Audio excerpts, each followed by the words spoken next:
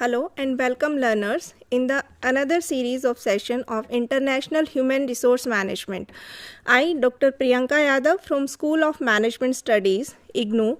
Today I am here to discuss about the training and development in international contexts. So, as we all know that training and development is an important aspect of human resource management, and it targets to improving the skill, abilities and knowledge of human resources in the organization. Training and development updates the skills of the employees within the organization, and it also improves the behavioral patterns and patterns of the employees. It also improves the leadership styles of the employees, and it also whereas we talk about the development, so development aims to increase the abilities of the human resources in the organization. It helps in developing their abilities and skills according to their position or job, so that they can enhance their career, and it helps in career development. So now we examine how the international assignment is a vehicle for both training and development, as reflected in the reasons why international assignments continues to play an important role in international business operation. So before moving ahead in towards our topics, we need to understand about the objectives or why training and development is important in international contexts. So let us discuss these objectives one by one. So, training is required to increase the cultural sensitivity of employees who relocate and to prepare them to conduct business with colleagues from other cultures. So, as we talk about the international assignments, so international training is given to the employees or expatriates who are going outside or in another country for their assignments. So, at that time, training increase the cultural sensitivity, and we all know that, and we have discussed in the previous session that the cultural sensitivity is the awareness of some other culture. So by training and development, we increase the cultural sensitivity of employees who relocate in some another country and prepare those expatriates to conduct business with colleagues from some other cultures. So this is one of the objective, and another one is to learn how to avoid misunderstandings based on cultural differences. So in multinational corporations, employees are from different cultural backgrounds. There is a vast level of cultural diversity among the employees of the organization. So by training and development, we learn how to avoid the misunderstandings that is created on the basis of the cultural differences of the employees. Training also helps in learning how to communicate verbally and non-verbally with colleagues in other cultures. If we work in some other country, then we need to understand their culture too, so that we can communicate them. We need to learn the language of that particular country also, and among the language, employees need to learn or need to take the training for non-verbal communication also, as what are the gesture, postures of that particular culture, non-verbal signs of sometimes they differ from culture to culture. So it helps in coping with the colleagues of other cultures. And other than this, training helps in understanding the role of learning the communication style in work and everyday living and telling situations, and how to work effectively with differing styles. So it helps in understanding the working style of the people in some other country also. Training also helps in understanding the historical, political, educational, and economic background of the host country, and well enough to interpret current news, events, and economic policies and social problem of some other countries. So training is helpful in understanding their external environment also. It helps in working in some other country. So expatriate need to learn about their culture, and along with this they need to learn about their history, their political background, their economical background, and their educational background of the host country, and their legal environment also, so that they can work easily in some another country. And training also help in learning to anticipate the factors that leads to culture shock and how to manage it. In previous session, we learned about the culture shock. Culture shock is basically a psychological and emotional discomfort among the employees when they are they start working in some other country, in some new culture from which they are unfamiliar. So at that time, if they fail in they face the problem in adopting that culture from which they are unaware. So it is a culture shock. So training helps the employees or expatriate to manage the culture shock. It feels comfortable, making people comfortable in some other culture, and how to manage the culture shock for the individual and their family as well. Training also, it is a role-based training inputs for ensuring due performance of the jobs and achievement of business goals in line with the company's expectation. So it helps in achieving the organizational goal also. Now, these are the objectives of training and development in international contexts. Now, let us discuss the role of training and development in international contexts. So, there are various roles of training and development, but we will discuss a few aspects of training and development. The first one is cultural sensitivity and cross-cultural competence.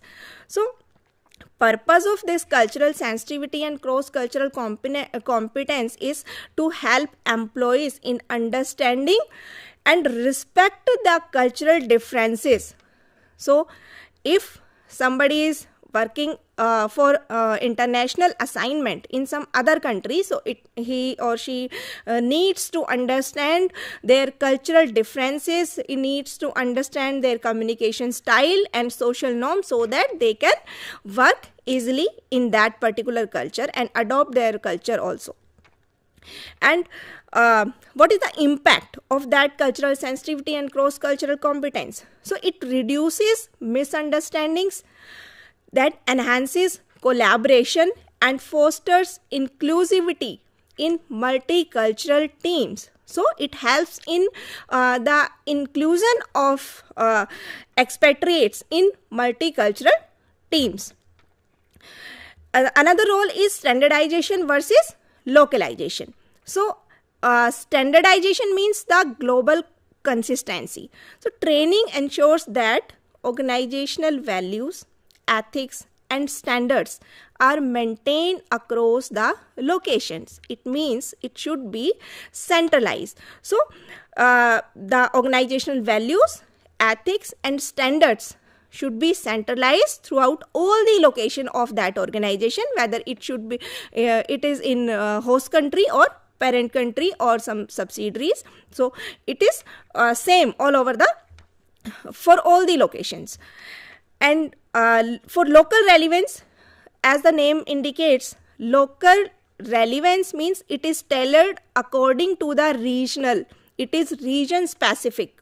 So it is tailored training address the region specific legal frameworks, business practices, and customer expectations. So according to the region, the customer expectation of the country is different, the legal framework of country, every country is different, their business practices is different. So training, the role of training and development here is to cope up with these local relevance and this global consistency.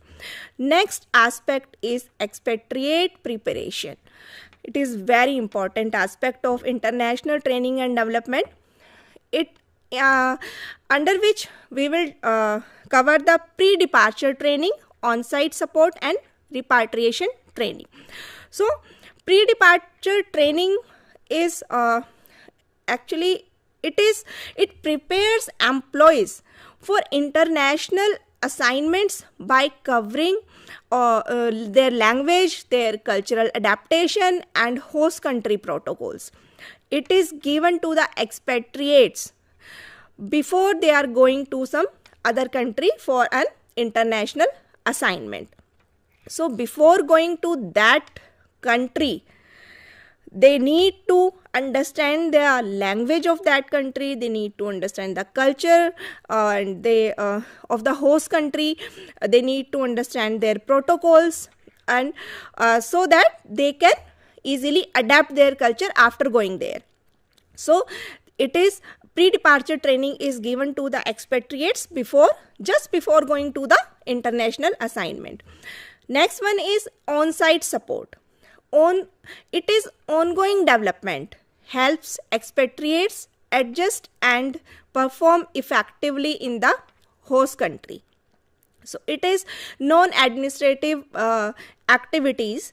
So employees are given training to their local facilities, so that their family can adjust easily, where they can admit their school children's for schooling, and the local facilities also, their taxes policies. So it is very important to understand these things, these non-administrative aspects of that country before going to that country. Next aspect of expatriate preparation is repatriation training. Repatriation is returning back the expatriates to their home country. So it facilitates the reintegration. So these are the aspects that are covered under the expatriate preparation. Now let us discuss the process of international training and development. So this is a process through which international training and development takes place. So first step in this process is international recruitment and selection. Recruitment and selection is the starting point. It is the process that begins with selecting suitable candidates for international roles. Sometimes organization recruit the people within the organization through international recruitment, and sometimes they take external candidate for their international assignment. The next step is the training. So training, it is once the employee selected for international assignment, the candidate undergoes some general training, under which cross-cultural training is included, language instruction training is included, organization values and policies included. It is a general training. It feeds this general training feeds pre-departure training. So pre-departure training includes their language training, their cultural training, their working protocols training. All these aspects cover under the pre-departure training, and some ongoing development efforts training also given to the employees before going to the other country for their international assignment.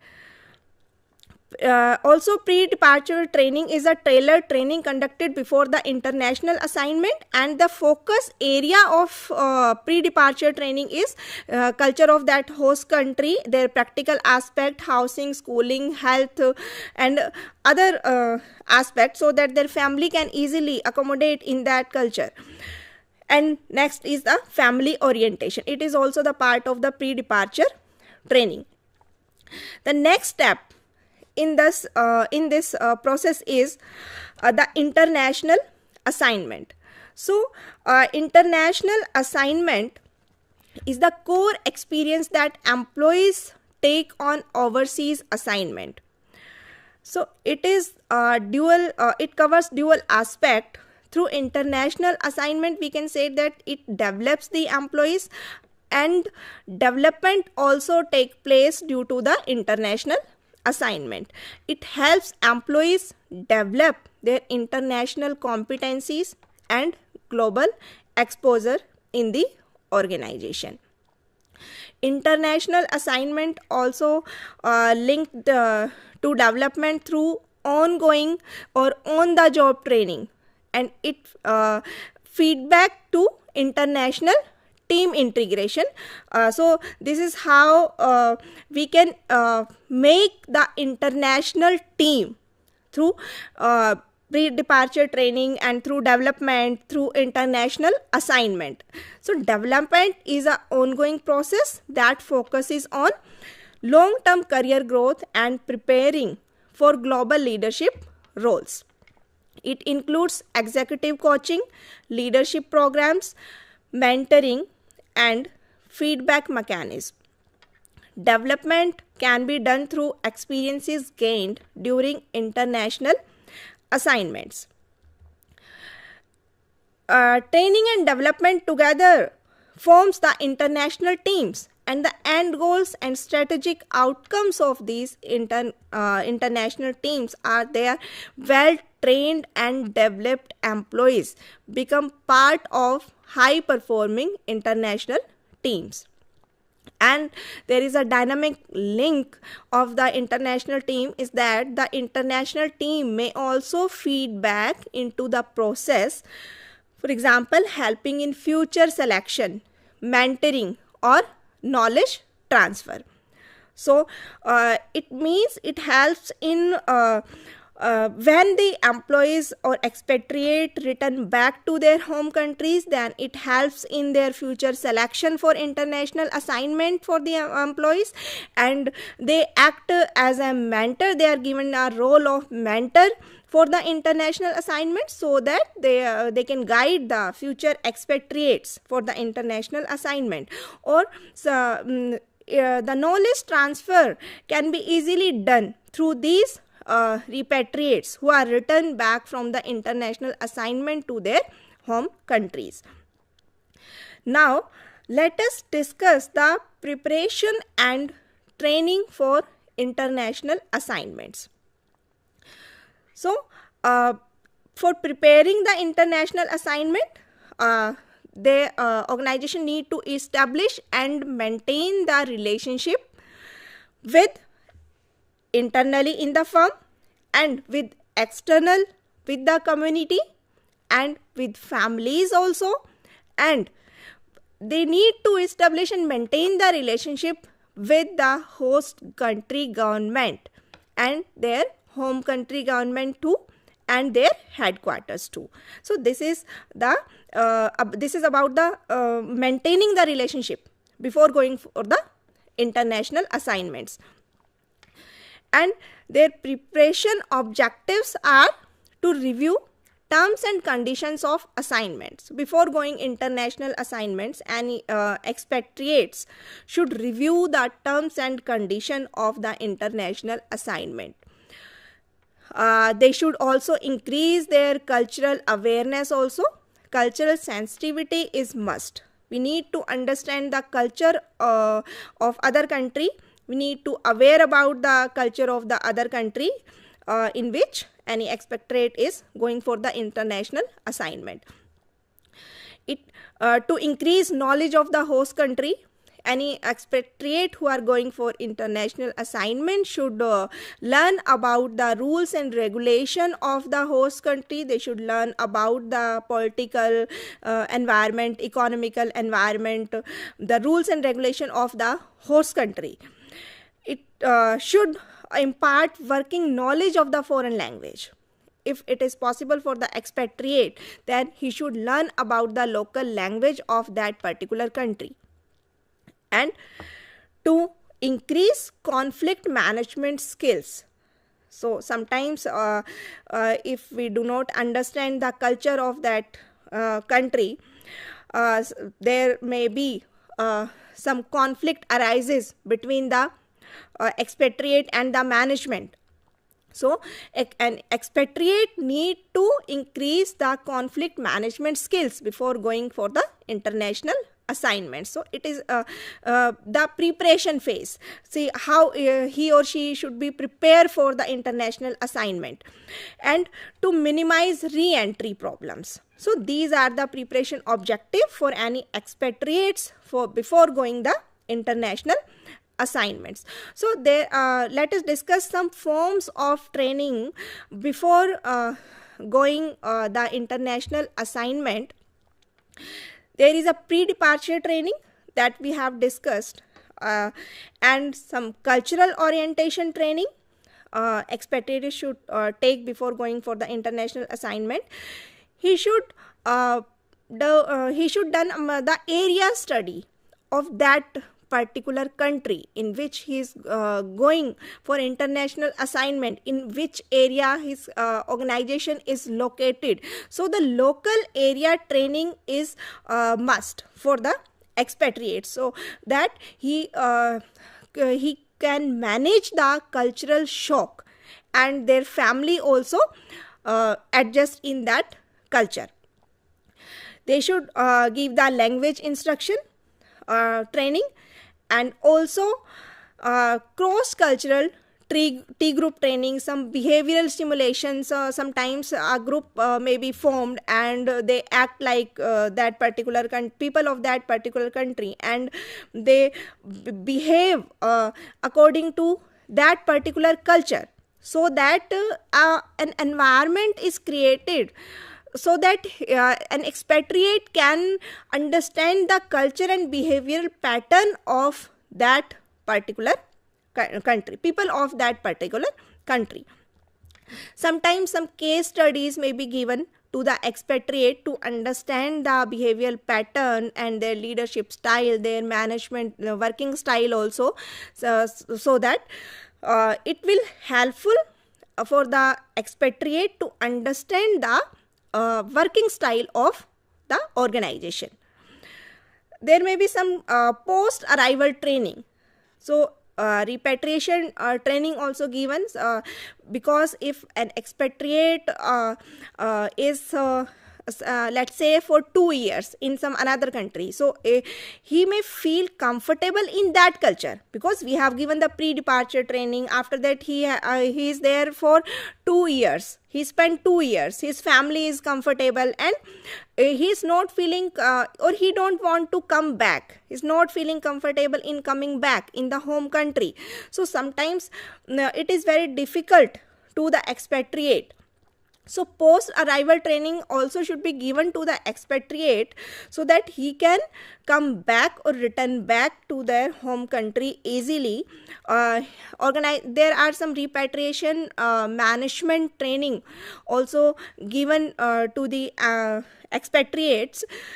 Sometimes organization should offer the role of mentor of that expatriate for the future expatriates, so that he can be connected for both the cultures. And there may be some cultural orientation and training should be given to the expatriates, and some intergroup problem solving training should also be given to the expatriates, so that he can cope up with the culture as well as with the people and work easily in the in a different environment. There should be some re-entry training and orientation training to the expatriate so that he can feel comfortable after returning back in the home country. Now, these are the types of training or forms of training that are given to the expatriates. Now, what are the outcomes of these trainings? Why these trainings are given to the expatriates, and what are the outcomes, or how it is helpful for the expatriates? So, it gives the knowledge about cultural, political, economical, and business, legal, and social factors of the host country. It gives awareness of the needs and expectations of the different parties interested in the international operations, and it creates the awareness of the problems of family relationships in the host country. So these are the training outcomes of the for the international training and development for international assignments that an expatriate can be given. So this is, dear learners, this is all about from my side for today's session. Thank you very much for the patient listening. Happy learning till then.